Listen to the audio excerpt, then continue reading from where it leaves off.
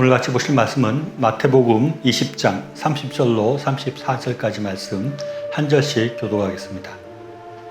맹인 두 사람이 길가에 앉았다가 예수께서 지나가신다 함을 듣고 소리질러 이르되 주여 우리를 불쌍히 여기소서 다윗의 자손이여 하니 무리가 꾸짖어 잠잠하라 하되 더욱 소리질러 이르되 주여 우리를 불쌍히 여기소서 다윗의 자손이여 하는지라.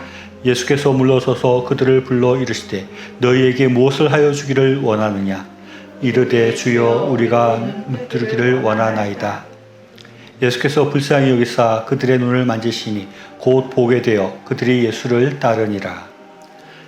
저는 계속해서 예수님의 삶의 모범에 대해서 생각해보고 있는데, 오늘은 예수님께서 사람들을 불쌍히 여기는 것이 예수님의 삶의 모범 중에 중요한 것이 될 수 있겠다 생각을 합니다. 예수님은 불쌍히 여기는 모범을 많이 보여주신다는 것을 우리가 성경을 통해서 확인할 수 있는데, 그런데 성경에서는 이 불쌍히 여긴다는 단어가 많이 나오고, 이 불쌍히 여긴다는 것이 아주 중요한 그런 개념이고 단어라는 것을 우리가 생각할 수 있습니다. 불쌍이라는 그 단어가 성경에 77번 나옵니다. 77번 나옵니다. 또 비슷한 의미인 긍휼이라는 단어는 125번이나 나옵니다. 우리의 일상에서 긍휼이다 또는 불쌍히 여긴다 이런 말을 많이 사용하지 않는 것을 생각할 때 이 단어가 성경에서 아주 많이 나온다는 것을 생각할 수 있고 특별한 의미가 있다는 것을 생각하게 되는 것입니다. 보통 우리의 대화에서 긍휼, 불쌍히 여긴다 이런 말이 많이 나오지 않는데, 성경에는 유독 이 불쌍히 여김과 긍휼이라는 말이 많이 나오는 것을 볼 때 이스라엘 사회에서는 우리와 달리 이 말을 많이 사용하고 익숙한 용어였다는 것을 생각하게 되는 것입니다. 마태복음 9장 27절 말씀 보면 예수께서 거기에서 떠나가실새 두 맹인이 따라오며 소리질러 이르되 다윗의 자손이여 우리를 불쌍히 여기소서 이렇게 말하고 있습니다. 맹인들이 다윗의 자손이여 우리의 눈먼 것을 고쳐주소서라고 말하는 것이 아니라 불쌍히 여기소서라고 말하는 것입니다. 또 마태복음 15장 22절 말씀에 보면 가나안 여자 하나가 그 지경에서 나와서 소리질러 이르되 주 다윗의 자손이여 나를 불쌍히 여기소서 내 딸이 흉악하게 귀신 들렸나이다 라고 말하는 것입니다.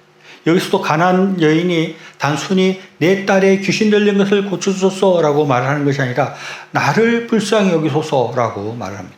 또 마태복음 17장 15절에서도 주여 내 아들을 불쌍히 여기소서 그가 간질로 심히 고생하여 자주 불에도 넘어지며 물에도 넘어지는지라 라고 말하고 있습니다. 여기서는 내 아들을 불쌍히 여기소서라고 말합니다. 이런 것을 보면 병 고침을 받으려고 하면 먼저 불쌍히 여김이 있어야 된다는 생각들을 그들이 하고 있었다는 것을 추측해 볼 수 있는 것입니다. 단순히 불쌍히 여기달라는 것이 예수님의 감정을 자극하는 그런 용어가 아니라 병을 고치기 위해서는 불쌍히 여김을 받아야 된다는 그런 생각들을 하고 있었다는 것입니다. 여기에는 특별한 이유가 있습니다. 느헤미야 9장 18절로 19절 말씀 보면 또 그들이 자기들을 위하여 송아지를 부어 만들고 이르기를 이는 곧 너희를 인도하여 애굽에서 나오게 하신 신이라 하여 하나님을 크게 모독하였사오나 주께서는 크신 긍휼로 그들을 광야에 버리지 아니하시고 낮에는 구름 기둥이 그들을 떠나지 아니하고 길을 인도하며 밤에는 불 기둥이 그들이 갈 길을 비추게 하였사오며 라고 말하고 있습니다. 이 말씀은 이스라엘 백성들이 출애굽을 하면서 광야에서 아주 하나님 앞에 큰 죄를 지었으나 하나님께서 긍휼을 여겨주셔서 하나님께서 이스라엘 백성들을 불쌍히 여겨주셔서 이스라엘 백성들이 구원을 얻었다는 것을 고백하는 것이라고 할 수 있습니다.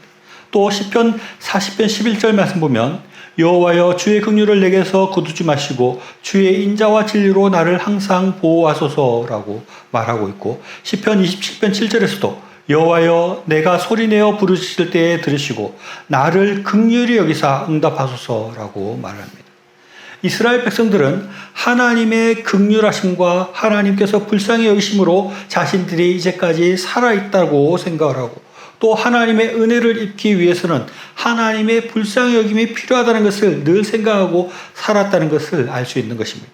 그래서 이스라엘 백성들은 우리와 달리 불쌍히 여김을 받는 것이 얼마나 중요한 것이라는 것을 잘 알고 있었습니다. 그래서 예수님 앞에 나와왔을 때 병을 고쳐달라고 말하는 것이 아니라 불쌍히 여겨달라고 먼저 말을 하는 것입니다. 예수님도 불쌍히 여긴다는 표현을 많이 하십니다. 오늘 읽은 마태복음 20장 34절 말씀을 다시 읽어보면 예수께서 불쌍히 여기사 그들의 눈을 만지시니 곧 보게 되어 그들이 예수를 따르니라 라고 말씀하고 있습니다. 우리를 불쌍히 여겨서 눈을 뜨게 해달라는 맹인들을 향해서 예수님은 이들이 병든 것을 불쌍히 여겨서 그들을 고쳐주셨다 하는 것입니다. 그리고 마가복음 6장 34절에서도 예수께서 나아오사 큰 무리를 보시고 그 목자 없는 양 같음으로 인하여 불쌍히 여기사 이에 여러 가지로 가르치시더라라고 말씀하고 있습니다. 그들이 목자 없는 것 같이 살아가고 있고 갈 길을 알지 못하고 살아가고 있고 어떻게 살아야 될지 모르고 방황하고 있는 것을 불쌍히 여기시고 그들을 가르치셨다는 것입니다. 또 마가복음 8장 2절에서는 내가 무리를 불쌍히 여기노라 그들이 나와 함께 있은지 이미 사흘이 지났으나 먹을 것이 없도다 라고 말합니다. 예수님은 예수님의 말씀을 듣고자 예수님을 따라온 사람들이 먹을 것을 없는 것을 보시고 굶주리고 있는 것을 보시고 불쌍히 여겼다라고 말씀하고 있습니다. 이것이 예수님께서 삶으로 보여주시는 불쌍히 여기는 모범이라고 할 수 있습니다. 그리고 예수님께서 이 보여주신 모범을 따라서 우리도 불쌍히 여기는 삶을 살아야 된다는 것을 우리가 생각할 수 있는 것입니다.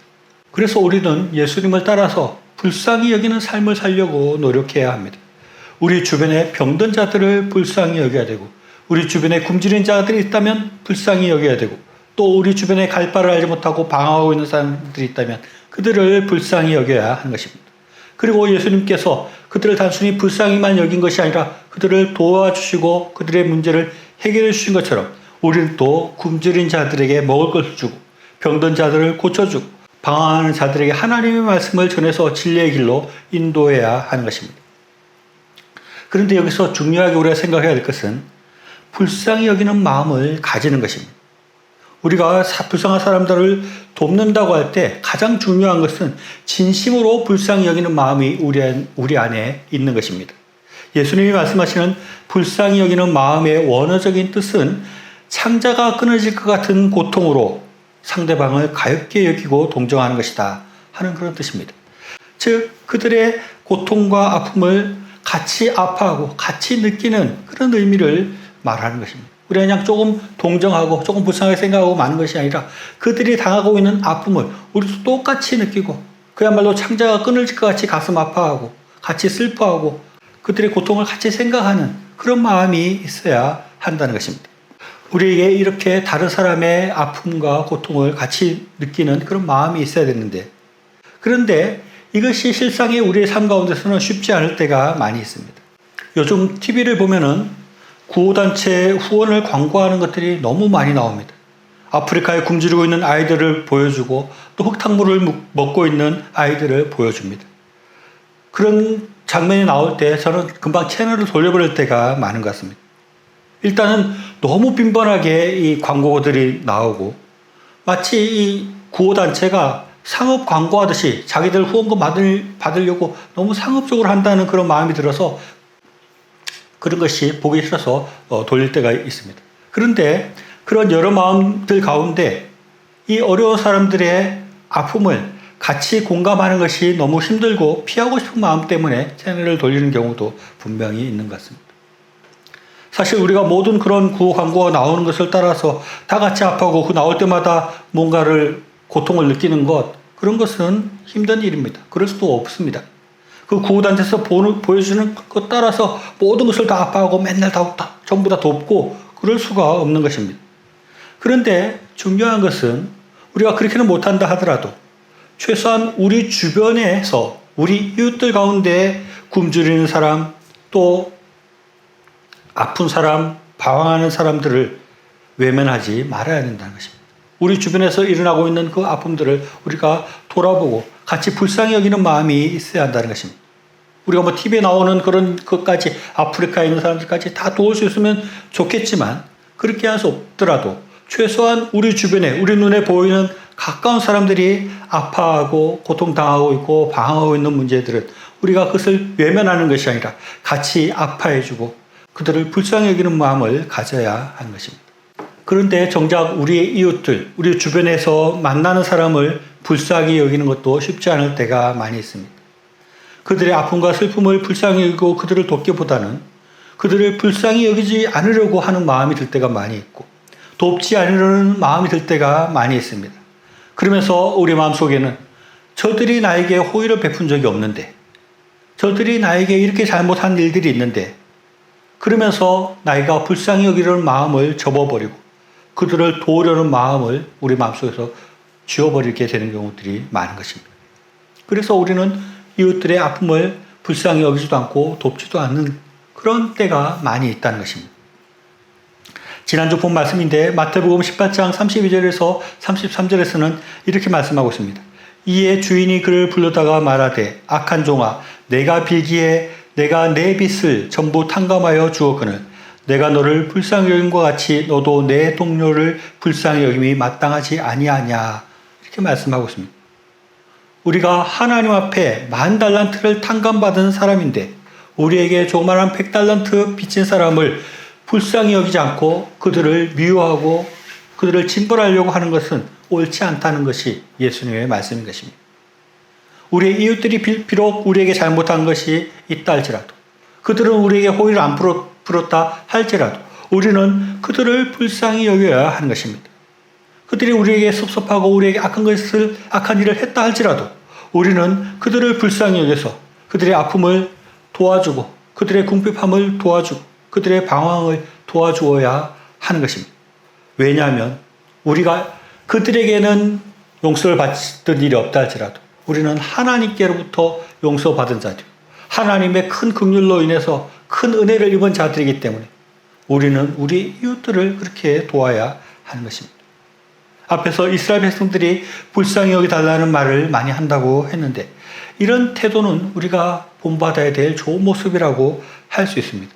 이스라엘 백성들은 자신들이 하나님의 긍휼을 받아서 구원을 받았다는 의식을 가지고 있었습니다. 즉 하나님께서 우리를 불쌍히 여기셔서 내가 구원을 받고 내가 지금 살아있다고 생각하는 것입니다. 그래서 병을 고쳐달라고 하면서도 불쌍히 여겨달라는 말을 하는 것입니다. 나를 불쌍히 여겨서 나를 구원해달라, 나의 병을 고쳐달라고 말합니다. 내가 고침을 받고 내가 잘 살 수 있는 것은 하나님의 불쌍히 여김을 받는 것에 달려있다는 것을 이스라엘 백성들은 생각했다는 것입니다. 우리도 그렇게 해야 합니다. 나는 하나님의 불쌍히 여김을 받은 사람이다. 하나님의 긍휼하심으로 인하여서 내가 이제까지 살고 있고 별 탈 없이 무사히 잘 지내고 있다고 생각해야 하는 것입니다. 그리고 나의 앞으로의 삶 가운데서도 하나님의 긍휼하심이 필요하고 하나님의 불쌍히 여김이 필요하다고 생각해야 한다는 것입니다. 우리가 이런 생각을 할 때 우리는 다른 이웃들을 불쌍히 여길 수 있고 도울 수 있게 되는 것입니다. 왜냐하면 우리가 다른 사람을 불쌍히 여기지 않을 때 하나님께서도 우리를 불쌍히 여기지 않겠다고 말씀하고 있기 때문입니다. 마태복음 5장 7절에서는 긍휼히 여기는 자는 복이 있나니 그들이 긍휼히 여김을 받을 것이며 라고 말하고 있습니다. 긍휼히 여기는 자, 즉 불쌍히 여기는 자는 하나님의 복을 받는다는 것입니다. 하나님이 우리에게 원하시는 것은 우리가 다른 사람을 불쌍히 여기는 것을 가장 크게 원하는 것이라고 할 수 있습니다. 불쌍히 여기는 것에는 두 가지 의미가 있습니다. 하나는 우리 주변에 병들고 굶주리고 방황하는 자들을 불쌍히 여기는 마음을 가지고 돕는 것을 말합니다. 그리고 또 하나는 우리에게 잘못하고 우리에게 죄 지은 자를 불쌍히 여김으로 용서하는 것을 의미하는 것입니다. 그것이 바로 예수님께서 우리에게 베풀어 주시고 우리를 위해서 해주신 일인 것입니다. 우리가 하나님 앞에 죄를 지었지만 우리를 불쌍히 여기셔서 예수님께서 우리를 위해서 십자가를 지심으로 우리를 용서하시고 구원해 주었습니다. 그런 불쌍히 여김이 예수님께서 우리에게 보여주신 것처럼 우리도 이웃들에게 해야 할 일인 것입니다. 긍휼히 여기는 자가 복을 받습니다. 그리고 그런 자들에게 하나님의 불쌍히 여김이 임하게 되는 것입니다. 우리가 늘 우리의 이웃들을 불쌍히 여기고 우리에게 잘못한 자들을 불쌍히 여김으로 용서함으로 하나님의 더 큰 긍휼함을 입고 더 큰 하나님의 복을 받는 저와 여러분의 삶이 될 수 있기를 바랍니다.